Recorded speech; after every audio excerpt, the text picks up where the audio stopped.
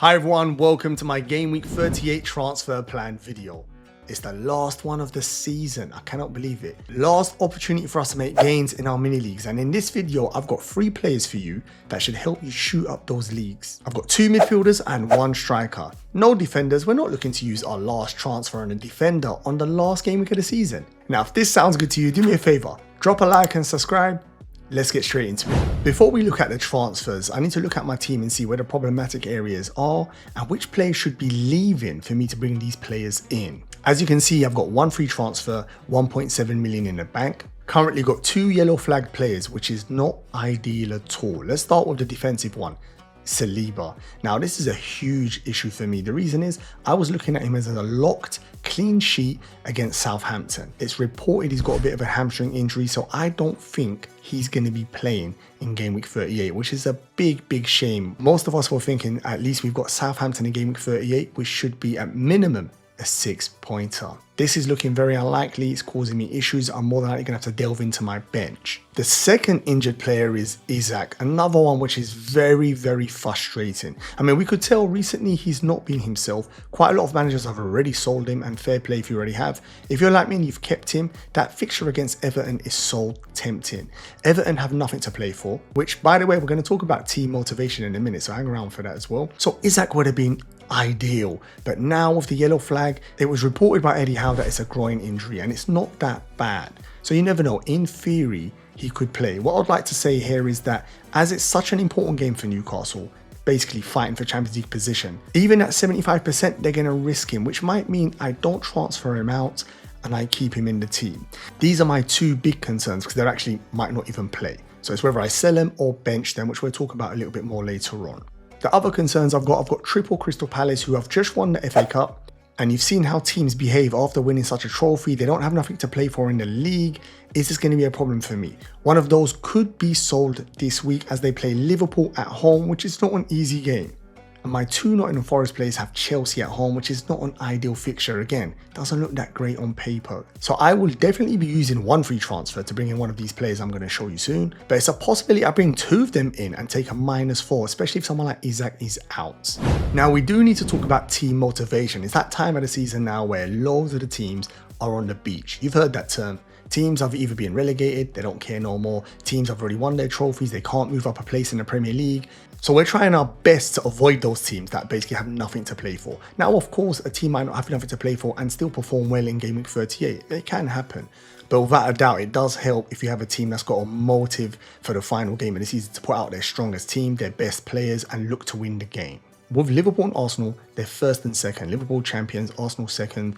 Champions League is guaranteed, so there's no team motivation, but they do have individual motivations within their team. So for example, Liverpool have Salah, who's chasing the goals and assist records, and you know someone like him, he will be putting in maximum effort to try and get that. Although, if you saw the match against Brighton, I'm not quite sure if he's trying hard enough. Arsenal have Raya trying to go for the golden glove. He's currently tied with Sales. They will be doing everything possible to get him that clean sheet, which makes the SALIBA injury very frustrating. As I said, we would have all played our double Arsenal defense. Newcastle, Chelsea, Aston Villa, Man City, Nottingham Forest will all be going full power, no rotation, no mucking about. Even though it's game week 38, they've got Champions League spots at stake. So definitely teams, if you own their players, you play them. If you're purchasing players, you could target players from these teams. Brighton, Brentford, Fulham and Bournemouth still have an opportunity to get European football. Yes, not Champions League, but still, European football is European football. From Crystal Palace down, there's not much motivation at all to play for in game week 38. Some managers try to throw an extra incentive. I did read Glasner told his team they can have 2 more days off in the summer holidays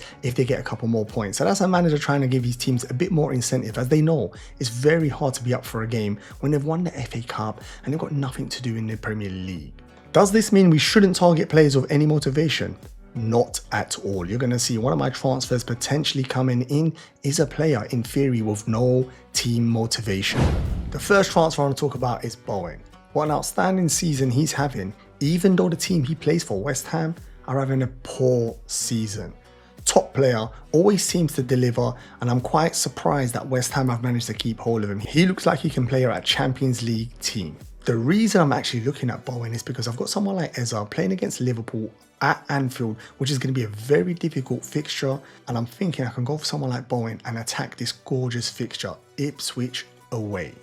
If you're like me and you're trying to make gains in your mini league, he could be the perfect player. Currently 13.9% owned. Yes, it'll most probably be around 20% come the deadline. That's still a perfect percentage. Not a lot of players in your mini leagues will own him. He could actually be captain material in game week 38.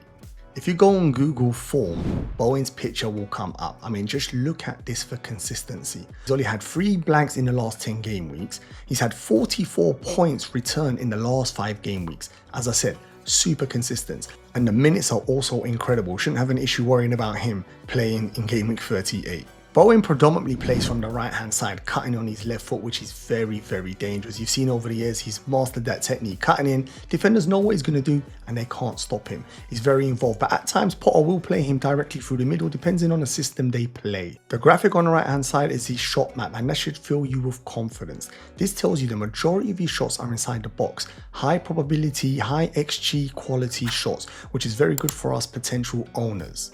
Bowen's attacking threat this season has been incredible, especially in the last 10 games. If you look at this graphic taken from Fantasy Football Scout members area, which I've only used the last 6 game weeks, you will see he's had 12 shots, 11 shots inside the box. Like I said a minute ago, good quality shots from him. The other stat we should be looking at is minutes per attempt. It's on 43.1, which is not too bad. And his shot accuracy recently is at 85.7, which is very, very high. So Bowen's form and stats have been not too bad. And when you include the team he's playing against, I started with it, and I'm going to end with it. Ipswich away is a gorgeous fixture. This table here shows the poor defenses in the Premier League using the last 6 game weeks data. You will see Ipswich high on this table. 14 goals conceded in the 6 games, 76 shots inside the box, and we've spoken about Bowen getting inside the shots. He's going to love that. They let you in, the door's open. Bowen will be getting in there. It's just a matter of how many chances he takes. 39 shots outside the box, 115 shots in total in the last 6 game weeks they've conceded. I mean, that tells you all you need to know. On target, 31 shots and big chances conceded 16. West Ham, long as they turn up, should have some fun in this fixture. And you would like to think Bowen's going to be involved in any attacking returns. And the last thing I'm going to say on Bowen is when they played them in the first fixture, it was 4-1 and Bowen got a goal and an assist. Maybe that's a good omen. The second transfer I'm considering is Evanilson. And the reason is, ISAK yellow flagged. If he's out, if I get the leak that he's not going to play against Everton, this could be the striker I go for. Now, he still has 2 fixtures. I'm recording this video before they play Manchester City, but the last fixture, the one I'm interested in, is against Leicester at home. So gorgeous fixture. I touched on earlier on, Bournemouth still have something to play for, and Leicester have completely tapped out. This is one of the main reasons I'm considering it. As I'm also chasing mini leagues, I need players that other managers don't have. And look at his percentage, he's only 3.7% owned. So that's another big tick if you're like me, trying to make gains on the last day. Now, the reason he's probably so low owned is when you look at his stats, they're not that great. I mean, his touch mapping is not too bad. He's always involved in the game and the majority of his chances are inside the box. So that's not too bad. But the problem is his recent forms in the last 6 game weeks has not been great at all. He's only had 1 goal and 1 assist in the last 6. So the form coming into game week 38 is not great. And that's backed by this graphic here taken again from Fantasy Football Scout members area. And I've got all the best attackers ordered via expected goal involvement in the last 6 game weeks. You will see he's 4th from bottom, so it's not ideal. Ideally, you want him to be further up there. We'll look at Wissa, ISAK, even Marmoush. So his individual statistics are not great, and his form isn't ideal coming into game week 38. So why am I looking at him? Stay with me on this one. Now, the main reason is it's a fixture play, and I bring this graphic up again, which shows you the poor defenses using the last 6 game weeks data. You will see Leicester are still there. I know recently they've had a little bit of a resurgence, but when you look at the raw data, it shows you they are still conceding loads of chances. In fact, 24 big chances conceded in the last 6 game weeks, 8 goals conceded, and 84 shots inside the box, 28 outside, 112 in total. This is a very poor defense with a team that has nothing to play for. In fact, game week 37, you could argue the last thing they wanted to play for was to give Vardy that 200 goal and the send-off he deserves. Even that's done. I know Leicester have had a mini resurgence recently. In fact, winning 2 of their last 3 games, keeping 2 clean sheets. Fair play to them. But the reality is the data shows they're a terrible team. If you've watched them, you can see they're still a poor team. When you add to it that Bournemouth still have something to play for, they've got an outside chance of getting into their European positions. Yes, things need to go their way, but that's still enough motivation against a team with 0 motivation. I can see Bournemouth getting a couple of goals here and hopefully Evanilson on the end of those returns. That combined with his low ownership is the reason I'm considering him. There's other forwards in better form coming into game week 38, but for me, I really like him. I like his ownership, and I think there's big potentials for us come game week 38. And the last player I'm looking at is Saka. Now, he's a player that we all know his quality, undisputed. He's had a difficult end to the season, a combination of injuries, he's not regained his form, and Arsenal coming runners up and not winning a trophy. So it's been a difficult time for him.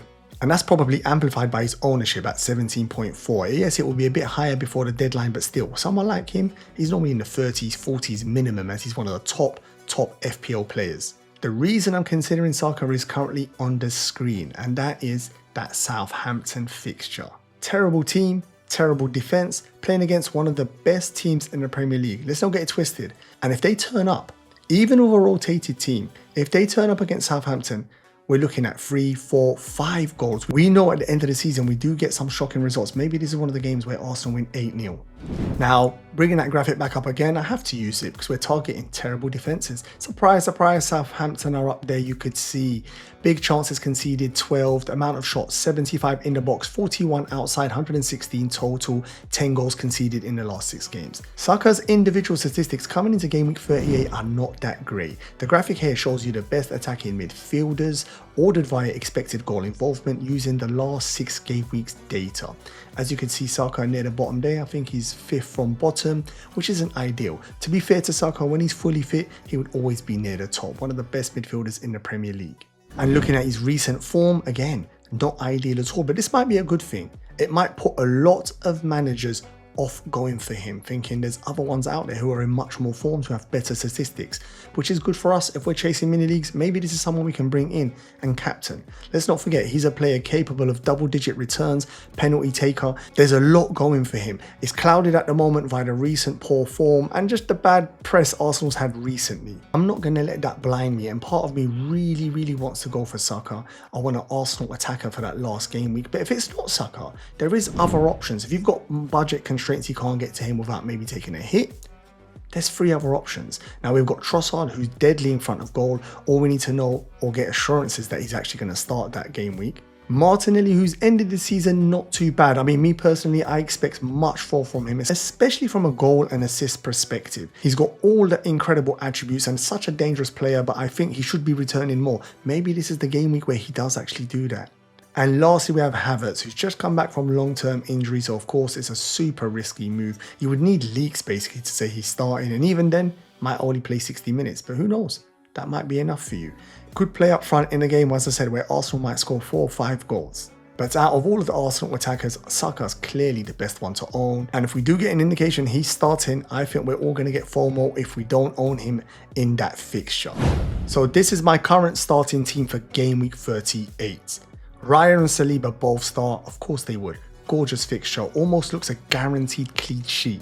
This is why I'm praying Saliba can actually be fit for this fixture. It's looking very unlikely, but I'm currently starting him unless Arteta tells us he's definitely out. Triple Aston Villa, a team with super motivation playing for a Champions League position, who could be playing against the Manchester United, who are either drunk and partying from winning the European Cup, or sulking, crying, knowing they've had one of the worst seasons in recent history for Manchester United. Vardy, my only Manchester City player coming into game week 38. They play Fulham away, chasing the Champions League spot. Surely there's a clean sheet, and maybe if he plays left back, potential attacking return. In midfield, you can see the FA Cup hero Eza is currently starting, albeit a very horrible fixture against Liverpool at Anfield. The likelihood is that I will transfer him out for someone like Saka or Bowen, like I spoke about in my transfer section. Beside him is Mohamed Salah, who was super frustrating against Brighton, missing sitters, and I captained him that game week, so that was very painful. Could still be a perfect captain against Crystal Palace. He is still chasing those individual records. I have the double Brentford attackers in Bumo and Wissa, who have been absolute superstars in recent game weeks, and I see no reason for them to not return in game week 38. They also have an outside chance of getting European football. And lastly, I have ISAK up front, which I'm praying, again, that he's fit for this fixture. Everton at home is a gorgeous fixture for Newcastle, who are chasing a Champions League spot. If he is confirmed out, it's possible I transfer him out for Evanilson. On the bench, I have Areola, Elanga, Milenkovic and Munoz. I will start Milenkovic if Saliba's out injured, as I do think, even though it's a very difficult game against Chelsea, it's a low scoring game. Nottingham Forest have a small chance of keeping a clean sheet. I would like to say a big thank you to you for taking time out to watch my videos. Means everything to me. I've been producing content for 2 years now and I've loved every minute, but to be honest, it would be worthless if it wasn't for you. So thank you very much for taking time out to watch my content, to like, to subscribe, to share it, to interact with me. I appreciate every one of you. Hopefully I'm back next season with more content for you, but please get in the comments and let me know what you've enjoyed, what you want to see more of next season, what you want me to change. If there's something that I do that's not great, you want me to change it, please let me know and I'll do my best to make sure it's better for you next season. On that note, I'm going to wish you good luck for game week 38. I will be doing a deadline stream, so hopefully I'll see you there. If not, have a good game week 38 and I'm going to see you next season.